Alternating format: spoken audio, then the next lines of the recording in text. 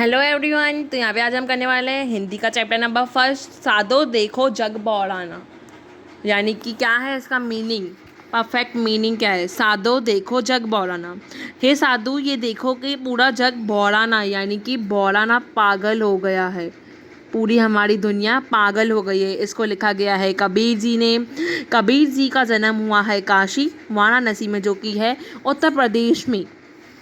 इस पूरे काव्य में हमें ये बताया गया है कि साधु लोग जो होते हैं वो बाहरी दिखावा करते हैं, अंधविश्वास पे हमको बातें बताते हैं और हम लोग भी उसके अंधविश्वास की बातों में आ जाते हैं। तो अभी हम स्टार्ट करते हैं यहाँ से। प्रस्तुत कविता में कवि ने अपने युग में पर्याप्त हिंदू मुस्लिम धर्म की विसंगतियों तथा अनंत विरोधों, धार्मिक संकीर्णताओं, बाहरी ढंबरों आदि का खुलकर विरोध करते हुए धर्म के ठेकेदारों का आत्मज्ञान प्राप्ति की नसीहत दे रहे हैं। यानी कि प्रस्तुत, यानी कि हमारी जो ये काव्य है इसमें कबीर जी ने हमें हिंदू मुस्लिम के बारे में बताया है। हिंदू मुस्लिम जो पहले लड़ाई करते थे कि, और उन लोगों ने बाहरी दिखावा बहुत है, झूठों की बात पे कोई विश्वास नहीं करता। मतलब झूठों की बातों पे सब लोग विश्वास करते हैं, सच की बातों पे कोई विश्वास नहीं करता। Let's start our poem. साधु देखो जग बौड़ाना, हे साधु देखो ये जग हमारा पागल हो गया है। बौड़ाना मतलब पागल हो गया है। साची कहो तो मारन धावे, झूठे जगपतियाना। अगर हम सच बोलते हैं तो लोग हमको मारने डोलते हैं। अगर हम कुछ भी किसी को बोल दे कि तू इतना अच्छा नहीं दिखता है, तो वो कैसे हमको मारने आ जाता है। तो सच कहते हैं तो मारने आ जाते हैं, अगर हम झूठ बोलते हैं तो सब लोग पतियाना यानी कि सच मान लेते हैं, विश्वास कर देते हैं। पतियाना यानी कि विश्वास कर देना। हम उसको बोलते हैं हाँ तू तो आज बहुत अच्छा लग रहा है, बहुत सुंदर लग रहा है, तो वो विश्वास कर देता है। झूठी बातों पे सब विश्वास करते हैं, सच्ची बातों पे कोई नहीं विश्वास करता है। सच बात बोलते हैं तो हमको उल्टा मारने आ जाते हैं। हिंदू कहते हैं राम हमारा, मुसलमान रहमाना। हिंदू लोग कहते हैं कि जो राम है, राम भगवान हमारे हैं, और मुसलमान कहते हैं कि रहमान हमारा है। अगर हम मुसलमान के सामने बोल दें रहमान हमारा है, हमको आके मारने दौड़ जाएंगे। तो ये झगड़ते रहते हैं, आपस में दो लड़े मरतू हैं, यानी कि आपस में दोनों लड़ते हैं। मरम कोई न जाना, यानी कि इसका जो दर्द है पीछे का कोई नहीं जानता है। किसी को सच्चाई नहीं बती कि भगवान तो एक ही है। बहुत मिले मोही नेमी धर्मी, पात करे स्नाना। बहुत लोग ऐसे मिले हैं जो मतलब सुबह को जल्दी उठ के स्नान कर देते हैं। आत्म छोड़ू पशाने पूजे, तिनका थोथा ज्ञान। मतलब कि आत्मविश्वास पे बहुत ज़्यादा ध्यान रखते हैं। सबसे पहले उठेंगे, गंगा जल डालेंगे, मूर्ति पूजा करेंगे। तो इन सब का जो ज्ञान है, खुद के बारे में तो जानते ही नहीं है और चले हैं अपना ही ज्ञान दोहराने। समझ में आ रहा है ना आप लोगों को? कमेंट में बताना अच्छा समझाया कि नहीं। आसन आसन मारी दिम्ब धरी बैठे, मन में बहुत गुमाना। इसका मतलब है कि हम लोग यहाँ पे देख सकते हो आप, यहाँ पे हमको बहुत सारी चीज़ें दी हुई है। यहाँ पे ना हमको शब्दार्थ में दिम्ब का मतलब अंडा दिया हुआ है।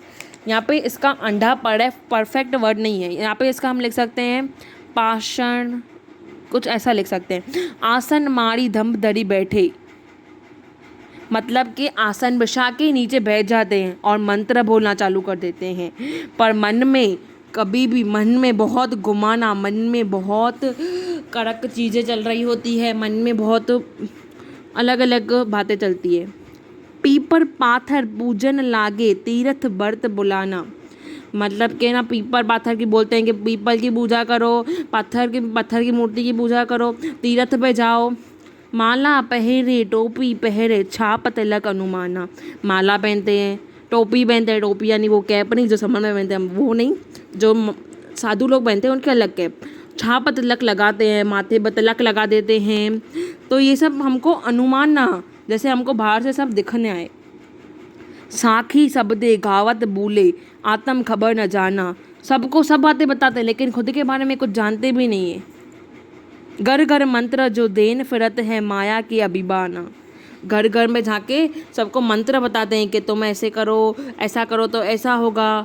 सबको माया के अभिभाना यानी कि हमको डराते हैं कि हम बोलते हैं कि अगर आप तुम ऐसा नहीं करोगे तो भगवान तुमको ऐसा कर देगा, ऐसा करेगा, और हम लोग डर भी जाते हैं। घर घर में जाके मंत्र फेरते हैं। गुरुवा सहित शिष्य सब बुरे, अंतकाल पछताना। और आखिर में जाते हैं तो फिर गुरु खुद तो पछताता ही है और शिष्य को भी पछताना पड़ता है।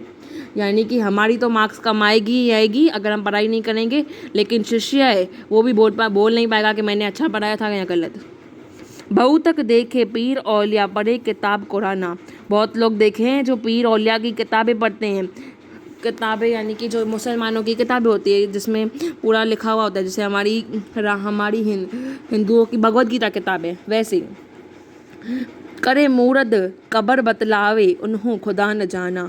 हमको बताते हैं कि ना कबर में जाना चाहिए, मूरद में जाना चाहते हैं, लेकिन खुद लोग वो लोग खुदा को खुद को नहीं जानते हैं और हमको खुदा के बारे में डर देते हैं कि तुम ऐसा नहीं करोगे तो भगवान ऐसा कर देगा, भगवान ऐसा कर देगा, पर खुद वो लोग जानते नहीं हैं। हिंदू की दया मेहर तुर्कन की दोनों घर से भागी। यानी कि हिंदुओं की दया जो मेहर होती है, कृपादर्शी है, वो सब घर से भाग गई है।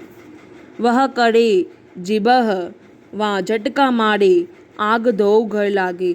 यानी कि हिंदू लोग तो क्या करते हैं, हिंदू लोग ऐसे एक सपोज के ना जो लोग नॉन वेजिटेरियन है, जो मुर्गी खाते हैं, हिंदुओं में मुर्गी को ऐसे मतलब पीसेस करके काटते हैं।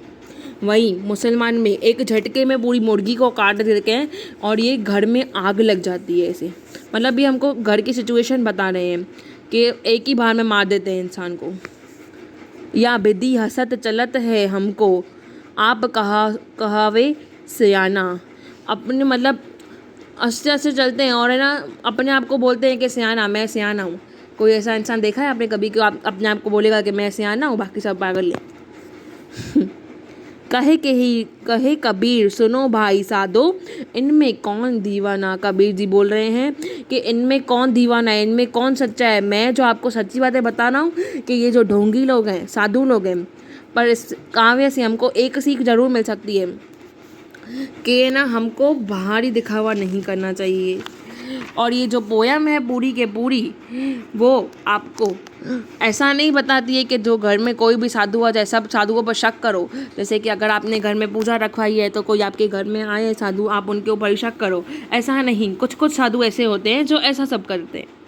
तो अगर आपको ये पोयम बहुत अच्छी लगी हो और अगर आपको अच्छे से पूरी समझ आ गई हो तो मेरे चैनल को पाथ ऑफ एजुकेशन बाय खुशी को लाइक कीजिए, शेयर कीजिए और सब्सक्राइब कीजिए।